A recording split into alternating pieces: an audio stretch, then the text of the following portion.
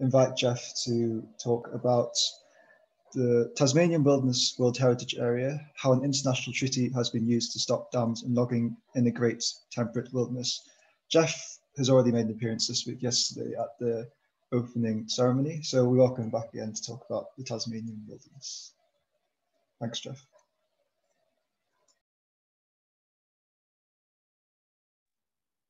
Now I need to start my video,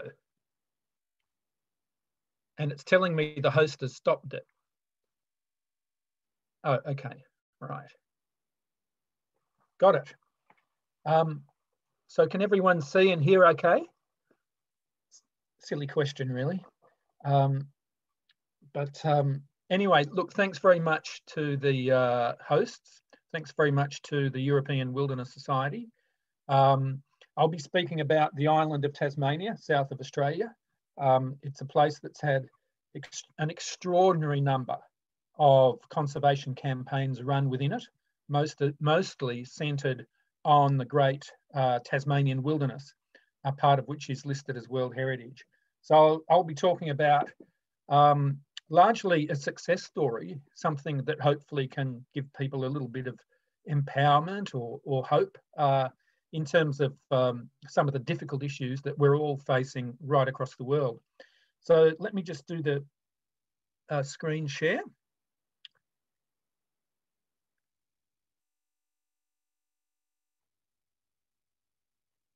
Okay, so the Tasmanian wilderness is an extremely large tract of wilderness. It's almost 2 million hectares in extent.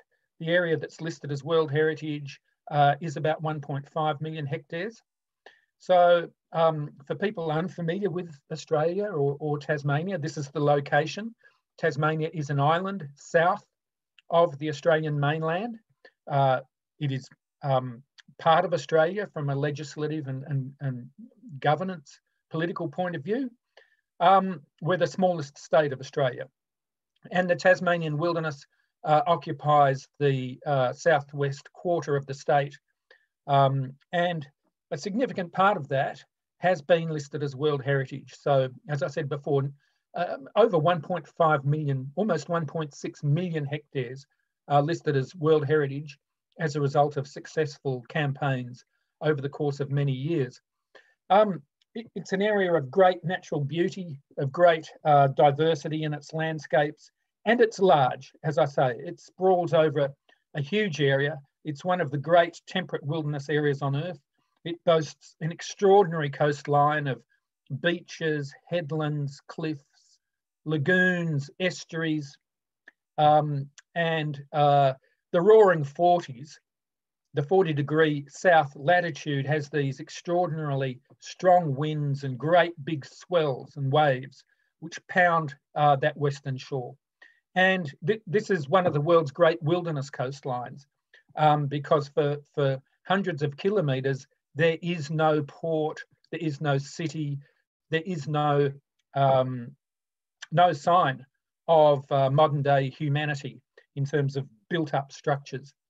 It's a place of mountains, not large mountains from a European or North American or South American or Asian point of view, but nevertheless, they're rugged, they're spectacular, they're beautiful. They are the result of several glaciations over at least 100,000 years. The most recent glacial maximum being about 18,000 years ago. So there are the erratics and the lakes and the cirques and these jagged peaks, which are the result of those glaciations. It's a place of wild rivers, rivers that have not been dammed, that flow through great tracts of primeval forest without roads, without logging, with natural diversity that includes rainforest, it includes giant trees, it includes eucalypt forest. Up in the higher areas, it includes particular conifer trees, native pine trees, which are unique to Tasmania and whose lineage goes right back to the Cretaceous. So I'm talking about World Heritage. I'm talking about the Tasmanian Wilderness's listing as a World Heritage Site and the ways in which that has assisted efforts to protect wilderness. So first of all, the obvious question, what is World Heritage? Well, UNESCO created the World Heritage Convention in 1972. Its mission is the protection of the world's natural and cultural heritage, in particular, those places which, if lost, would result in an impoverishment of humanity. It's a very well supported international treaty with over 190 signatories. Well over 1,000 properties have been listed, and it includes iconic cultural and natural sites such as the pyramids of Egypt, the great Gothic cathedrals of Europe, temples in Asia, the Grand Canyon in the USA, Mount Everest, Yosemite National Park, parts of the European Alps, etc. The Tasmanian Wilderness was listed in 1982. It's one of only 2 World Heritage properties on Earth which satisfy which satisfy 7 of the 10 criteria for outstanding universal value. There are 6 cultural criteria and 4 natural criteria. The Tasmanian Wilderness satisfies all 4 natural criteria. I won't go through those criteria now, but the attributes that help to satisfy that qualification include the wild coast, the ancient rainforests, the giant trees, the glaciated mountains, the lakes, the moorlands, marsupial carnivores such as the Tasmanian devil, and the great wilderness condition which prevails across this landscape. On a cultural heritage point of view, the Tasmanian Wilderness satisfies 3 criteria, 3 of the 6 criteria for the artefacts and paintings in the caves of Tasmania's limestone systems, and the story of the Aboriginal people's 35,000-year occupation of this land, evidence of which is found in all sorts of phenomena. The campaign to create the Tasmanian Wilderness began with an ending and with a beginning. 1972 was the founding of the World Heritage Convention. It was also the year in which this wonderful lake, Lake Pedder, was inundated by a hydroelectric scheme. And that proposed dam, while it was being built, was the subject of a huge national campaign. And that brought this wilderness to the attention of Australia. And although the campaign was defeated, it was a very spirited campaign. And I suppose you could term it a charismatic defeat, in that it established the high moral ground of the conservationists, and it served as a springboard for new proposals and new ways in which to campaign for the wilderness, and indeed new objectives. So in 1974, conservationists proposed a very large new national park and World Heritage listing for the Tasmanian Wilderness. Now that map you can see there, the sort of thicker outer line there, is the extent of the proposed new national park put forward by conservationists of the day. I won't go into detail about that. Suffice to say that it's a large area. And at the time, this proposition generated internal debates within the conservation movement about whether or not we were asking for too much. Fortunately, the people with the vision wore down the naysayers, those with a bit more timidity, and this audacious proposal was accepted. And it was put forward before the media, before the public, and it gradually captured the imagination of a huge cohort of supporters. And it has provided a long-term vision for campaigns, a vision that has lasted nearly 50 years now, because there's still unfinished business when it comes to that proposal. So in the early days, in the 1970s, the conservation movement developed and promoted its vision with things such as publications, pictorials demonstrating the beauty of the place, learned stories and articles in journals, and populist materials such as bumper stickers, Southwest Tasmania World Heritage. Who knows, that may be the first ever bumper sticker ever produced that featured the concept of World Heritage, potentially in the entire world. Conflict was soon to develop over the industry's proposal for a new hydroelectric scheme. This hydroelectric scheme, a series of dams, were going to flood the Franklin River, a very wild river flowing through the heart of the wilderness. And as events folded in this conflict, it became a bit of a saga of political developments and human drama. And this sort of not only sustained people's interest, but led to a lot of media coverage, and it had a sort of magnetic effect on anyone who was concerned about nature in Australia, was following with great interest what was happening to Tasmania's Franklin River and the campaign, which gradually spread to become a national phenomenon. It was a very public campaign. It involved rallies, public meetings, advertising, lots of media coverage, and eventually it led to a World Heritage nomination at the end of 1981. It had bipartisan political support, so it crossed the political divide, and it had support at both the state and national levels. And it was very much a response to that long-term vision of conservation groups that I referred to earlier on. As you can see from the green area, which formed the nomination, it's got a very skinny bit in the middle.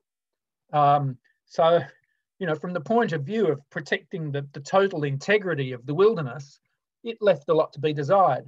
The important thing from the point of view of the campaigns was that the Franklin River was within it. So that was the first big major step in terms of defeating the resource extractive industry, which until then had been telling Tasmanian governments what to do. So this was a big step, and it actually intensified the conflict and turned the conflict into a big political battle between the forces of the establishment in Tasmania and the bureaucracy and the people. That conflict intensified with a change of government, where the new leader was prepared to call the Franklin River a ditch. This is this sort of combative language of the sort, I suppose, we see today being used by the likes of Donald Trump. It came as quite a fright to us back in September 1982 to have a political leader, a leader of a government, call this magnificent river a ditch. But of course, the fact that he had adopted this point of view, this aggressive point of view, again, simply raised the stakes and generated more media coverage and outrage across Australia. This outrage found expression in a huge direct action protest that we organised for to oppose the dam construction. And that protest, involving at that stage hundreds of people, eventually it became thousands, but that protest was scheduled to start on the same day that the Tasmanian wilderness was listed as World Heritage in Paris on the 14th of December 1982. So what you can see there is a police boat and people being arrested at the dam site. So the boat is on the river, and in the background are people being interviewed. And this was making national and indeed international news. And this protest unfolded over the course of 3 months And the backdrop to the conflict was this wilderness. The valleys are blanketed in rainforest, spectacular mountains in the background, and these wild rivers coursing through them. And so this found its way onto television screens across the country over the course of the January summer holidays in Australia, when there wasn't much else, there wasn't a lot of other news to cover. So it was very good timing from that point of view. And this conflict between protesters on the river and the craft, the vessels towing bulldozers and so on up the river, was something unfolding on a daily basis on people's television screens. More than 1,200 people were arrested. It was a massive police operation. It all occurred very peacefully. So from that point of view, it was a huge success. It was also a success logistically, and I guess despite the stresses that we felt at the time, it was also a success in the media, just by virtue of being covered. Even if they didn't always cover things exactly the way we wanted them to, it was nevertheless bringing the issue away from the back blocks of Tasmania and into the living rooms right across Australia. This is a leader of the Tasmanian Aboriginal movement, a gentleman called Michael Mansell, being arrested as part of the protest as well. And the Aboriginal people brought their own perspectives and their own particular organisation to support this blockade. And because this was being covered all around the country, it led to huge protests in the cities. So this was a way in which wilderness was brought into the cities of Australia. There in the middle, you can see a construction of a giant platypus, one of the native animals to swim in the Franklin River. And, you know, these kind of means of publicity were deployed with great effect and generated masses of media coverage. And when the area was listed as World Heritage, we had UNESCO expressing concern about the destruction of these valleys by damming. And they actually said that flooding parts of the river valley would destroy a number of cultural and natural features of great significance, and suggested that the property should be listed, should be placed on the list of World Heritage in danger. This made dam construction an international issue, and this was followed up in all sorts of ways by scientists and archaeologists and international experts in such a way that the story spread to other countries. All of this coincided with a federal election, that is an election of the covering all of Australia for a new national government. And we had the party that was in opposition, the Labor Party, said they would stop the dam. The party that was in government said they wouldn't. And so the campaign backed the opposition party, the Labor Party, and ran this double-page colour advertisement in several of the major newspapers in Australia. Now, this is at a time when colour newspaper advertisements were an incredible rarity, let alone something occupying a double-page spread like that. And so it was a demonstration of the clout and ability and flair of the conservation movement. And this was placed 3 days before the election. The result being that the election was won by the party that promised to stop the dam. Because of the high profile of the issue, the Prime Minister-elect actually said on the night of the election, as part of his sort of gracious sort of acceptance speech, he said, "The dam will not be built." After they took government, they passed legislation called the World Heritage Properties Conservation Act, designed specifically to protect this World Heritage listed wilderness. Nevertheless, the Tasmanian government and the Dam Building Authority continued building the dam.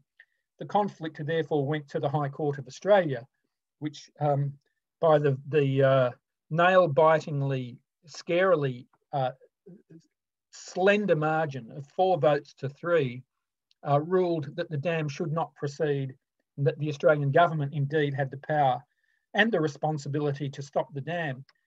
I mean, this was massive. Not only was it huge for Tasmania, but it had national and international implications. Across Australia, we now had laws to protect World Heritage, including wilderness areas listed as World Heritage. Civil society, conservation groups were empowered and emboldened, and new campaigns for wilderness areas across Australia emerged with World Heritage as the objective. And this found expression almost immediately in calls for the World Heritage listing of the Queensland rainforests. And that occurred over the course of the next few years. And as a result, logging of those rainforests was prevented. In addition, proposed uranium mines in the Kakadu World Heritage Area in Northern Australia were stopped. Logging in Tasmanian forests was the next thing to be tackled. But also the fact that the conservation movement was able to demonstrate this clout and this popularity led to Australia actually spearheading the move for an international treaty to protect the Antarctic from mining. So these gains at a state and national level really did have international ramifications.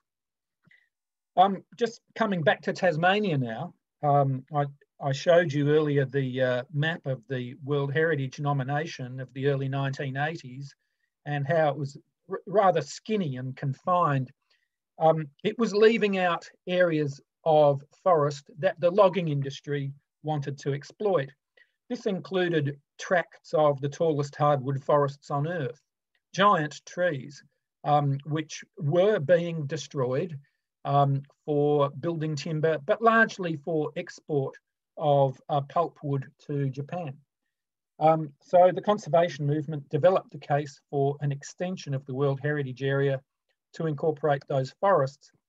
Again, huge conflict between the conservation movement and the logging industry.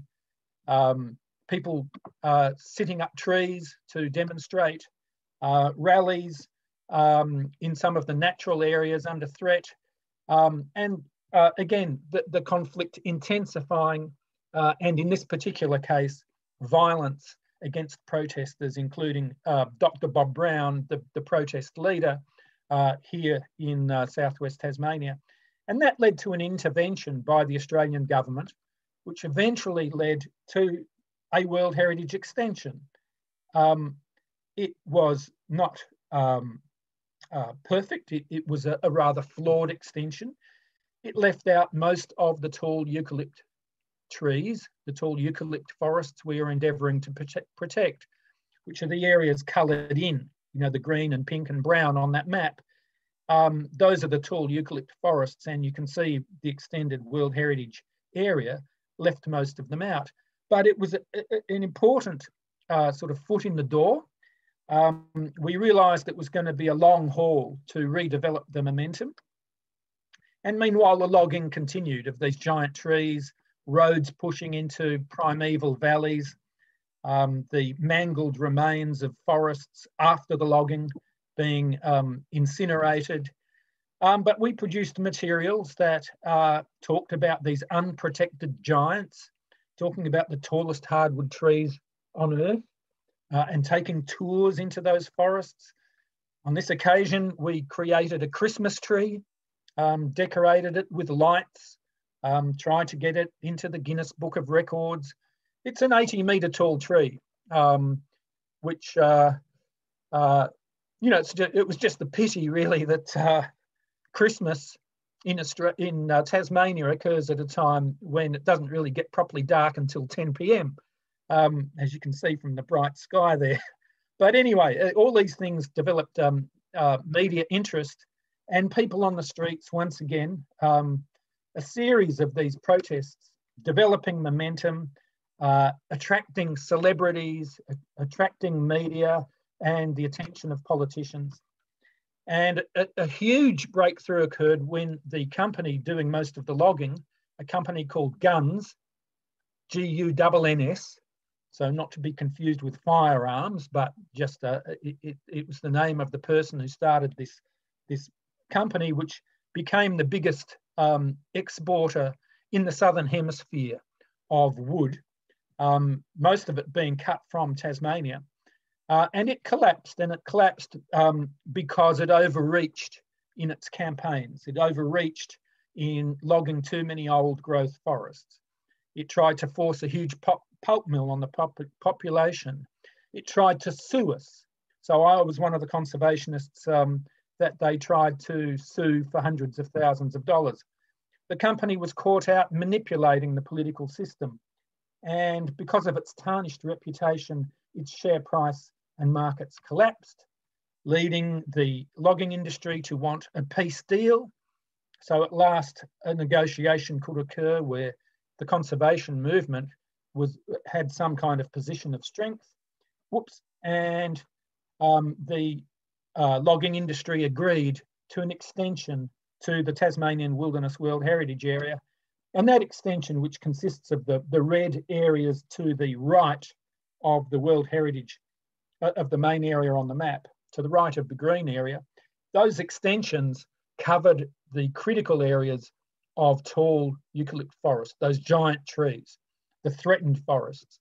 So although it wasn't huge in extent, it was very, very significant from the point of view of what was protected.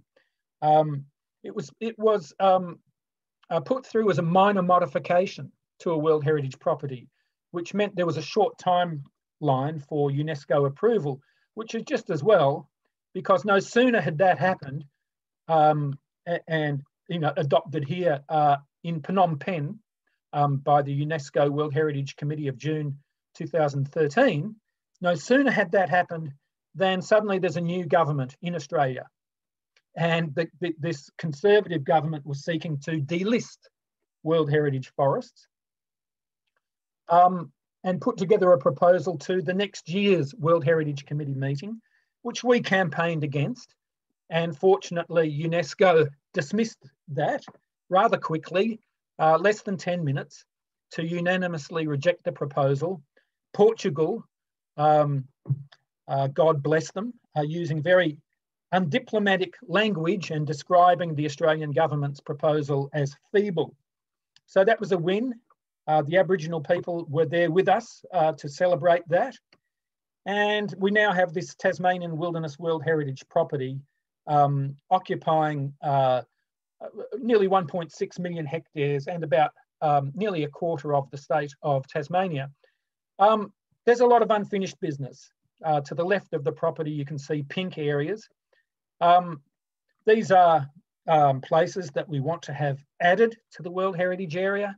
We've got proposals for about another 600,000 hectares to be added to cover rainforest, mountains, moorlands, coastline, cultural landscapes. We're also battling against proposals for fly-in, fly-out, helicopter serviced accommodation, intrusive, large-scale accommodation installations, complexes, as well as other developments for the sake of tourism within the World Heritage Area. Our argument is that tourism should be around the edges, on the fringes, and generally of a scale so that people can appreciate the wilderness rather than be overwhelmed by infrastructure. The biggest problem we face is that of climate change and the fires which are now penetrating places that have never burnt before. We're getting hotter summers, drier summers, longer summers. This is we are seeing the phenomenon of dry lightning strikes. So lightning strikes that are not accompanied by rainfall, igniting literally thousands of fires across the landscape in one night. This is what happened in both 2016 and again in 2019. This has become a regular thing. This is not to be confused with the fires that incinerated other World Heritage areas in Australia in 2020, at the start of this year, in places such as the Blue Mountains and the Gondwanic Rainforests of Australia. But impacts are similar in that ancient trees, species that go back to the Cretaceous, are threatened with extinction by these fires. But nevertheless, we have this World Heritage area. It's the result of many decades of battles. It's got rainforests, tall trees, coasts, glaciated mountains, Aboriginal heritage. It protects large tracts of wilderness, such as these wonderful coastlines, these glaciated mountains. So just to conclude, wilderness and World Heritage, drawing lines on maps is the result of intimacy with the landscape and can lead to an audacious vision for protection. Evocative photography combined with people power builds public support. The conflict dramatised the issue. Conflict between conservationists and the resource industries helped to generate the media coverage necessary to bring it to the attention of the world. Engagement with UNESCO's processes has always been necessary, but has never been sufficient because local actions have proven to be crucial. But overall in Tasmania, the World Heritage Convention has provided enduring protection for wilderness, transcending the ups and downs of local politics, and giving us a focus for campaigns to protect these magnificent, large, wild areas and the creatures and landforms and life forms within them. Yes, that's the presentation. So I'm sorry I haven't left much time for questions, but yes, thank you very much for that very, very inspiring and informative talk about the Tasmanian wilderness movement. It's heartening to know that a lot of progress was made since you started the efforts in protecting the wilderness there. And yes, we do have one question from Isaac. Do you think the conservation movement needs to become bolder and recapture the need for conflict where necessary and radicalness to protect or restore nature on a vast scale? It's a very, very relevant question right now, especially in relation to climate change with the Fridays for Futures and other such movements around the world. So yeah, we'd like to hear your thoughts on that. Yeah, well, we face very desperate times. Places that we thought were permanently protected are now suffering in all sorts of ways from climate change. It's not restricted to Australia. It's not restricted just to the bushfires caused by climate change, but we're seeing it from melting glaciers, the rise of sea levels, the melting of permafrost, etc. This is a global crisis, and it does require people to stand up. It does require audacity. It does require radical action that is peaceful and disciplined. So, what we've learnt over the years is that it's necessary to conduct actions in such a way that you're not going to be alienating the public. If you do it in such a way that the public responds to your campaign in a way that the public identifies with us, in a way so that the public is not going, oh, those people look rather crazy, and in a way that brings the public's attention to what's really at stake. So whether it's threatened rivers or whether it's forests or whether it's alpine landscapes, if the protest actions are done in such a way that the threatened natural attributes at stake become the star of the show rather than us, then you've won. That's half the battle won, because the public will respond. The public does love nature. It's just there are so many distractions and so many reasons that people are given not to take action. But if we can break through that, then it's my belief that the public will respond positively, provided we conduct ourselves in a sensible, intelligent, but audacious way. Thank you very much for that, Geoff. Unfortunately, we've run out of time for questions. So I'd like to thank you. No, don't be sorry. I'd like to thank you very much for presenting your inspiring story on the Tasmanian wilderness. And I'm sure that all of us in the audience here have been very much moved by the efforts that you and the people around you have put in to protect such a beautiful wilderness. So thank you very much once again.